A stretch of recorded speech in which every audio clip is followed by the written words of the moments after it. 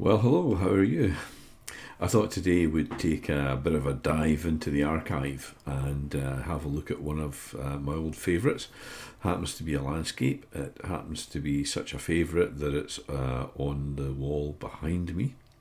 So why don't I bring this up on screen? You can have a closer look, and then I'll take you through the story of this particular shot. So let's bring it up on screen now. So what you're looking at here is the Mont Blanc massif in France. This was taken in 2008 on a holiday in France.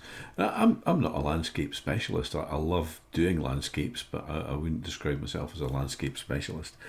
And one of the things that occurs to me about landscapes is either having the patience to scout a location, stay in that location, anticipate conditions, wait for the conditions that you want, and then get the shot, or a bit of serendipity, just happening to be in the right place at the right time, and falling lucky, really. And this falls into the latter category.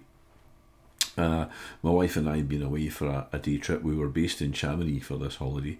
We'd been away for a day trip, and this was on the way back towards Chamonix.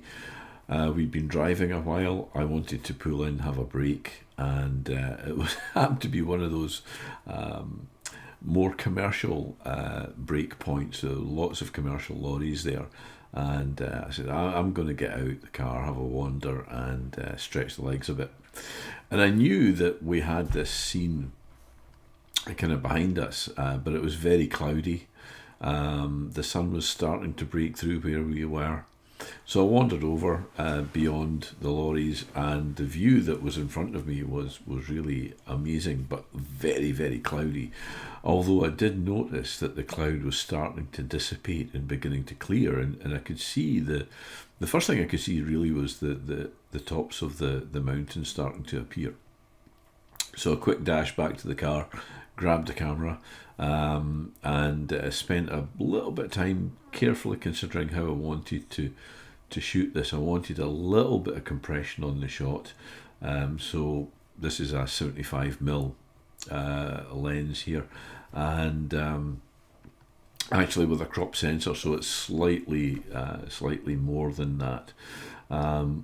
And I just waited patiently for the clouds to move, and as they did, what came into view was this shot here, and you can see that there's that layer of cloud kind of separating the mountains from the valley below.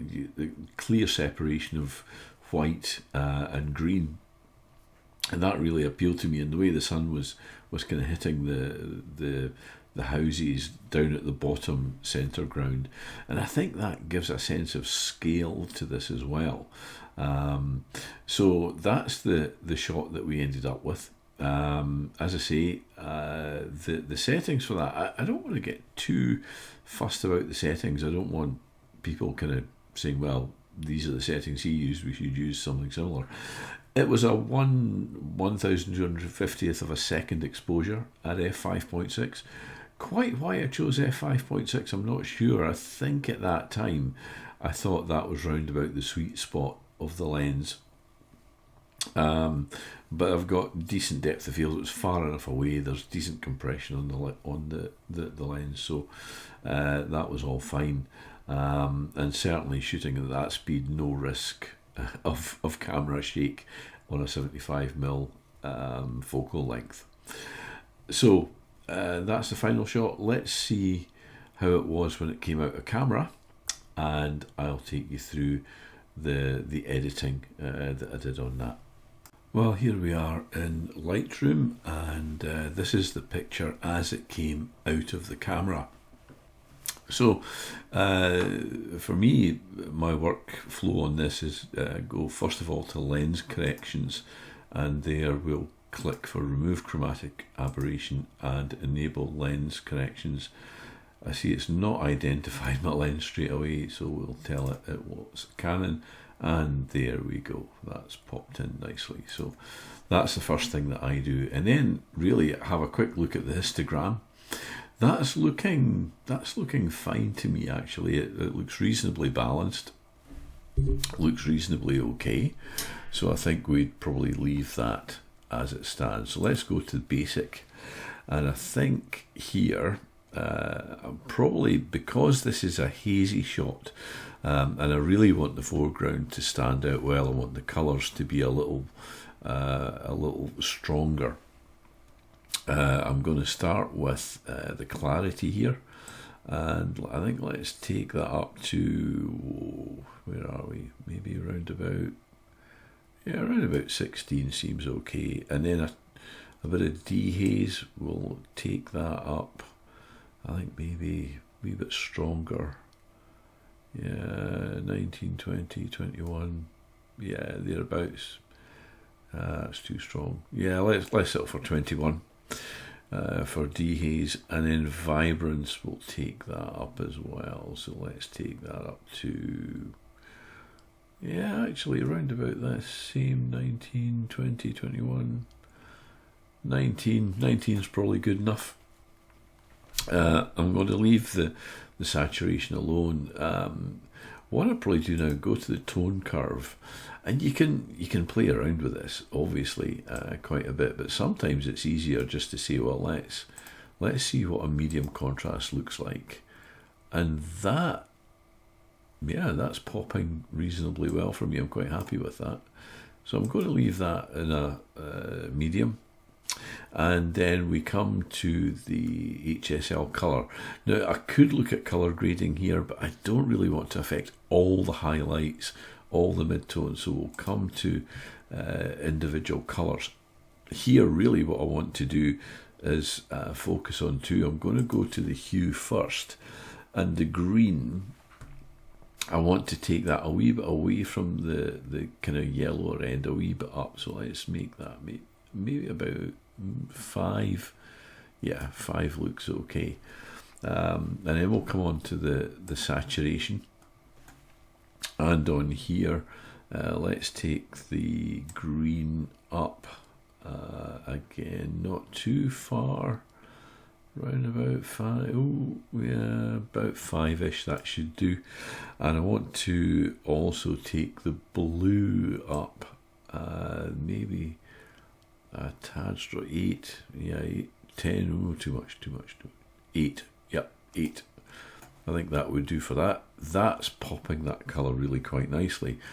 So, yeah, quite happy with how that's looking. Let's have a wee bit look at before and after. Now there you can see the difference. That's popping really nicely. Really happy with that.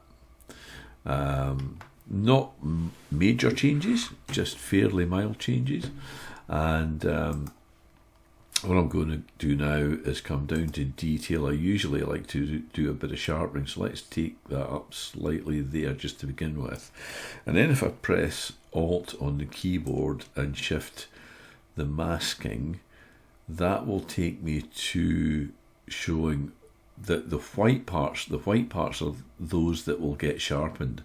So let's take, I don't want to sharpen like everything. That is probably enough there. I'll take the radius right down and let's give this round about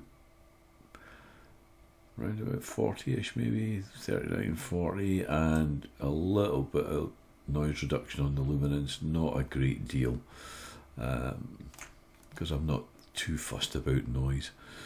And there we go. There is the finished article, and I'm really quite happy with that. And that, as I said, made it onto a print and is on the wall. Well, there we are. That's the story behind an old favourite and one from the archive. If you've enjoyed that, if it's entertained you, if it's enlightened you, if it's helped you, maybe encouraging you to do some more of this kind of photography yourself, then please do give it a thumbs up. Do consider subscribing to the channel if you've not already done so. There'll be more videos like this. There'll be videos out in the field, and yeah, it should be fun, should be interesting. Do come along for the ride. It'd be great to have you on board, and thanks for tuning in. Until the next time, bye.